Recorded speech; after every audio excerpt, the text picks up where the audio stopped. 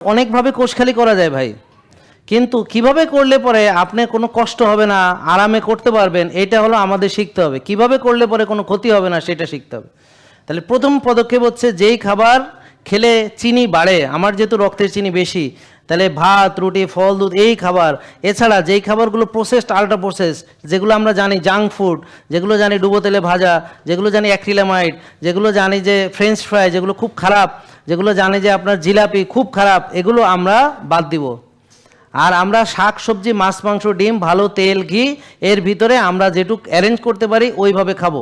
ক্ষুধা অনুযায়ী খাবো, ক্ষুধা লাগলে খাবো, এবং ক্ষুধা বেশি থাকলে বেশি খাবো, ক্ষুধা কম থাকলে কম খাবো। সোজা কথা হলো, আমি নিজেকে প্রথমেই কষ্ট দিয়ে ফেলবো না, মনে থাকবে? তারপরে অনেকক্ষণ না খেয়েও থাকবো না, মনে থাকবে? এরপরে এইভাবে কিছুদিন চলবে। চলার পরে যখন মনে হবে আমার ক্ষুধাটা কমতেছে, তখন খাবার পরিমাণটা একটু কমায়, তাতে কোনো কষ্ট হবে না। যদি মনে হয় যে না আমার তো আরও দেরিতে ক্ষুধা লাগে, তা আমি অনেকক্ষণ না খেয়ে থাকলাম, কোনো কষ্ট না হলে ইটস ওকে। আমি কি বোঝাতে পারছি? যখন খেলাম ভালো করে খেলাম, কিন্তু যেই খাবারটা খাইতে বলছে এটার মধ্যে খাইলাম।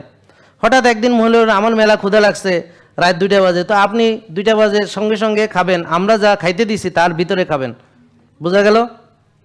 কিন্তু আমরা যা খাইতে নিষেধ করছি এইটা কোনো এক্সকিউজ দিয়ে খাওয়া যাবে না। দেখেন বুঝছেন কিনা? বুঝছেন?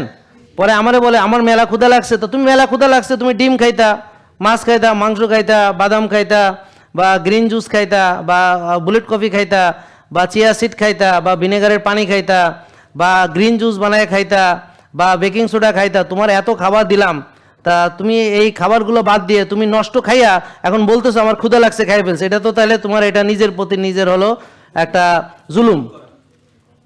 তাহলে তো তুমি জুলুমকারী। তা তোমার কোনো, তুমি তো ভালো হইতে চাও না, তুমি তো এক্সকিউজ দিতেছো। দেখেন বুঝছেন কিনা?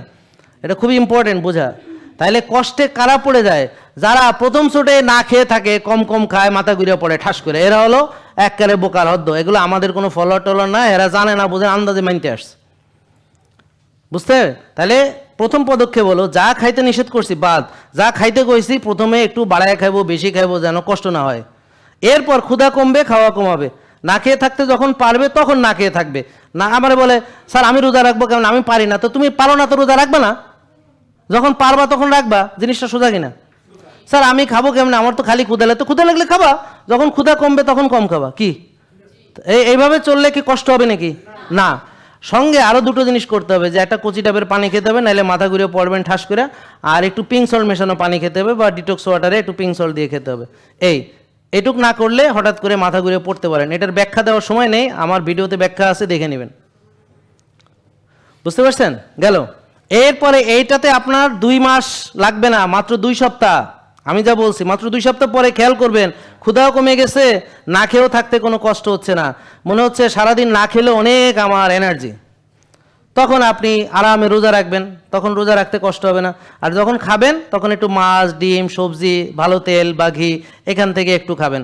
তখন কি খরচ বেশি হবে না কম হবে? কম হবে, কারণ আমি 6 বেলা খাই, এখন খাই 1 বেলা, খরচ কম হবে। জেকে লাইফস্টাইল লিমিটেড, ওষুধ মুক্ত সুস্থ জীবন।